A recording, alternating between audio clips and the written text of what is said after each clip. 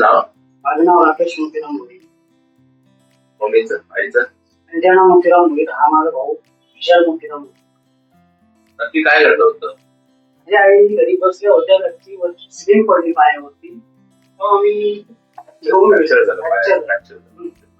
आम्ही समोर दवाखान्यात हॉस्पिटल आहे तिथे घेऊन गेलो. त्यांनी आम्हाला सांगितलं की पाय जो फ्रॅक्चर झालेला आहे ऑपरेशन करायला लागेल. आम्ही पुढे घेऊन गेलो होते तिथे. ते जास्त पैसे जास्त सांगितले. आम्हाला एक माझा मित्र आहे, त्यांनी इथला सांगितला मला मी धवन हॉस्पिटलला जा. तेव्हा आम्ही इथे आलो. ते आम्हाला सगळं ऑपरेशन होऊन आज किती महिने झाले? 2 महिने झाले. आज आमची आई क्लिअर झाली आहे. व्यवस्थित आहे, एकदम व्यवस्थित आहे. त्रास ते काय नाही, ते सर्व एकदम रिस्पेक्टेबल काम करतात. बरं आहे का? बरं आहे.